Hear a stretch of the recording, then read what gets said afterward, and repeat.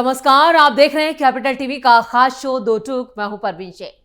Supreme court ने university grants commission यानी UGC के 23 जनवरी को जारी किए गए उच्च शिक्षा संस्थानों में समानता को बढ़ावा देने से जुड़े नियमों पर रोक तो लगा दी।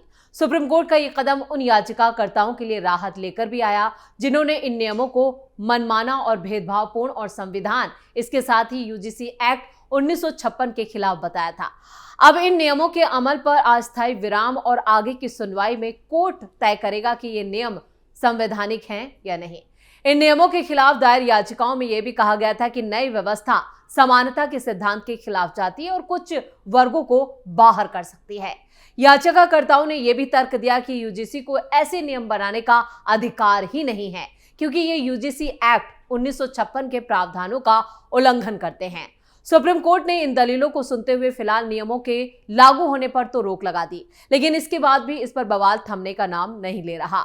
सोशल मीडिया पर रक्षा मंत्री राजनाथ सिंह और सीएम योगी की एक तस्वीर वायरल हो रही है जिसमें यह बताया जा रहा है कि सुप्रीम कोर्ट के आदेश के बाद योगी जी जश्न मना रहे हैं। इसमें कितनी सच्चाई है हम आपको विस्तार से अपने इस खास शो में बताएंगे। क्या है वायरल वीडियो का सच? कौन सीएम योगी को कर रहा है बदनाम? यूपी में चुनाव से पहले क्या है विपक्ष का प्लान? हाल ही में आए यूजीसी के नए नियमों को लेकर हर जगह छात्रों ने प्रदर्शन किया, जिसको देखते हुए सुप्रीम कोर्ट ने यूजीसी के इन नए नियमों को अस्पष्ट और भेदभाव की परिभाषा पर सवाल उठाते हुए उन पर स्टे लगा दिया। लेकिन इस बीच सोशल मीडिया पर एक वीडियो काफी तेजी से वायरल हुआ। इस वीडियो में केंद्रीय रक्षा मंत्री राजनाथ सिंह और सीएम योगी आदित्यनाथ को एक साथ देखा जा सकता है, जिसमें दोनों मिठाई खा रहे हैं। अब इस वीडियो को शेयर करते हुए यूजर्स दावा कर रहे हैं कि यूजीसी पर रोक लगने के बाद दोनों लोग जलेबी पार्टी कर रहे हैं। लेकिन सवाल यह है, क्या ऐसा वाकई में है?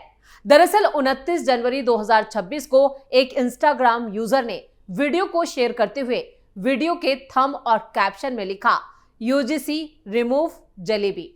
अब इसी दावे के साथ दूसरे यूजर्स भी इस वीडियो को सोशल मीडिया पर आगे शेयर करने लगे। देखते ही देखते ये वीडियो धड़ल्ले से वायरल हो गया। क्या है सोशल मीडिया पर वायरल वीडियो का सच? दावे की गंभीरता को देखते हुए इसकी जांच भी की गई। कई फैक्ट इसके जो थे वो चेक किए गए, कई मन से इसको शेयर किया गया। वीडियो के की फ्रेम्स को निकालकर गूगल लेंस पर सर्च करने पर एक्स का एक पोस्ट दिखता है जिसके साथ वायरल वीडियो भी अपलोड है। यूजर्स ने इसे 1 जनवरी 2026 को पोस्ट किया था और उस वक्त यूजीसी को लेकर कोई मुद्दा आया ही नहीं था। इससे यह साफ हो जाता है कि वायरल हो रहा वीडियो पुराना है।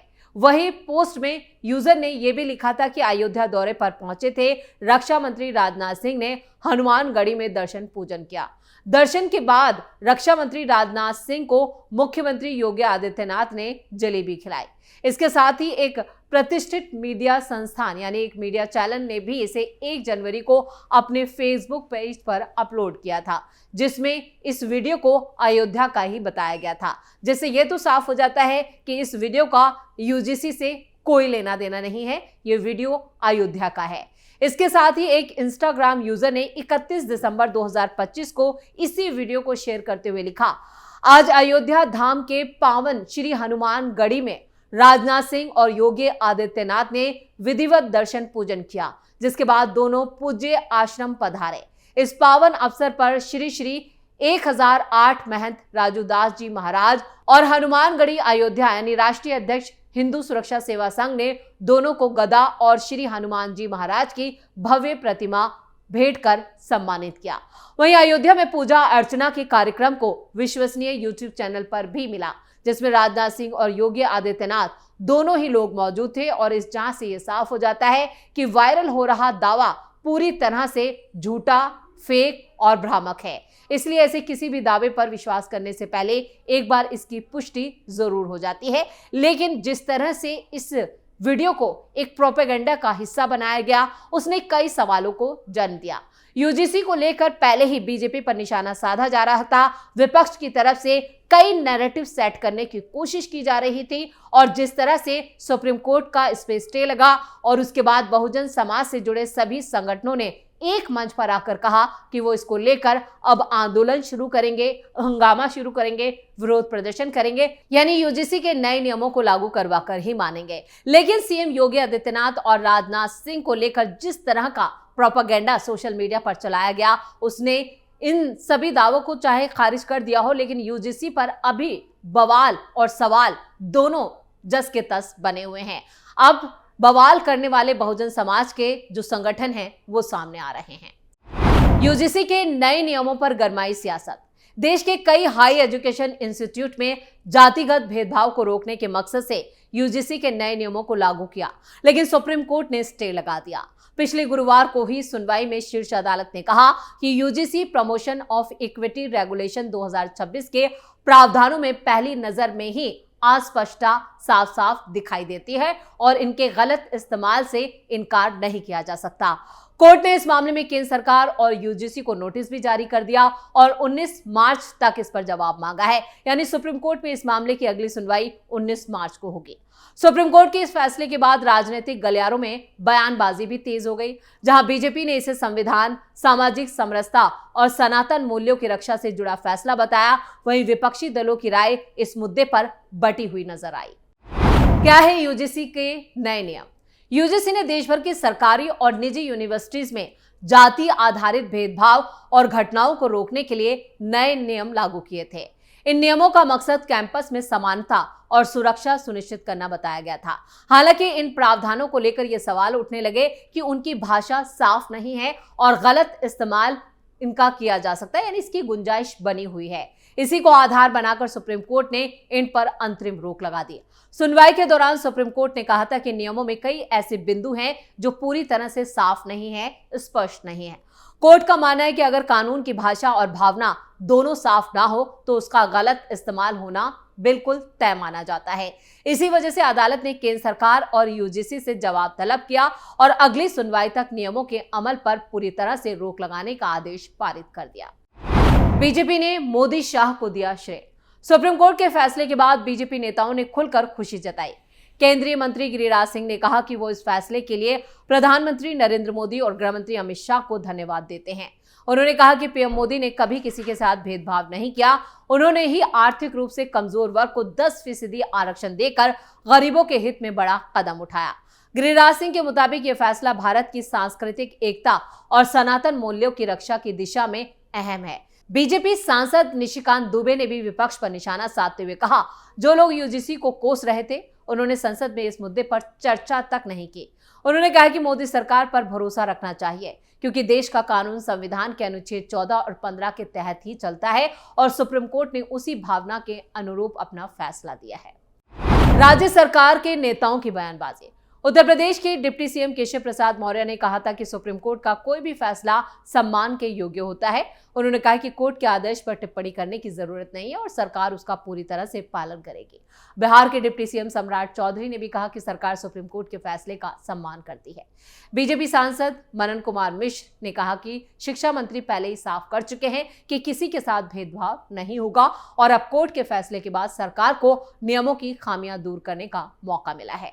वहीं बीजेपी नेता बृजभूषण शरण सिंह ने कहा कि नए नियम एक समुदाय को निशाना बनाते दिख रहे थे, इससे सामाजिक टकराव बढ़ सकता था, जिसे सुप्रीम कोर्ट ने सही समय रहते रोक लगा दी।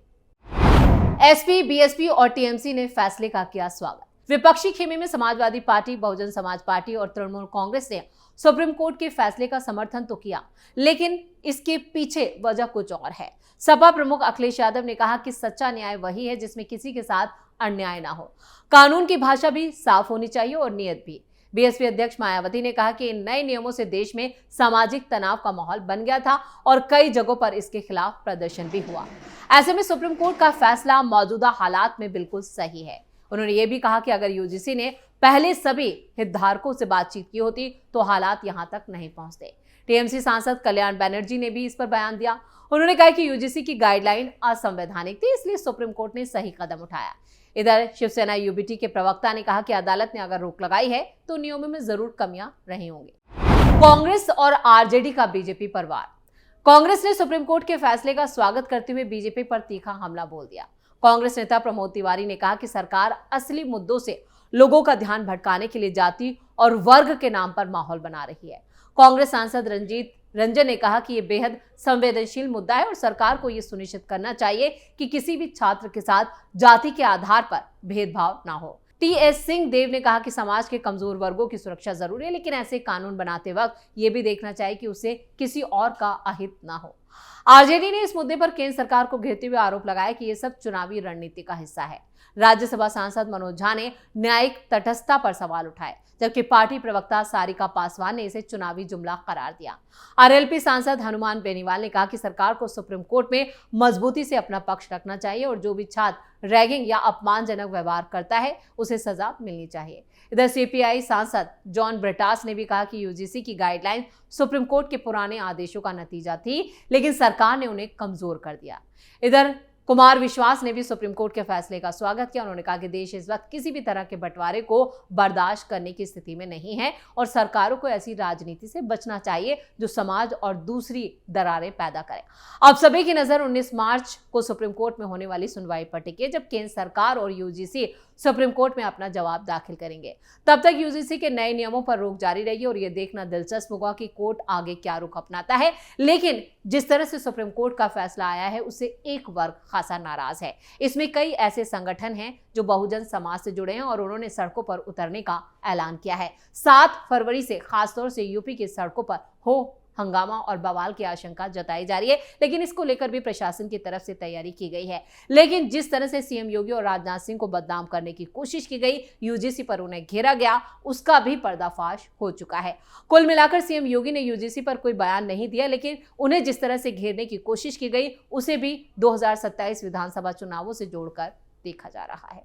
इसके साथ ही इस खास शो में इतना ही। वीडियो कैसा लगा कमेंट करके अपनी राय जरूर दें। वीडियो को लाइक करें, शेयर करें और कैपिटल टीवी को सब्सक्राइब जरूर करें। धन्यवाद।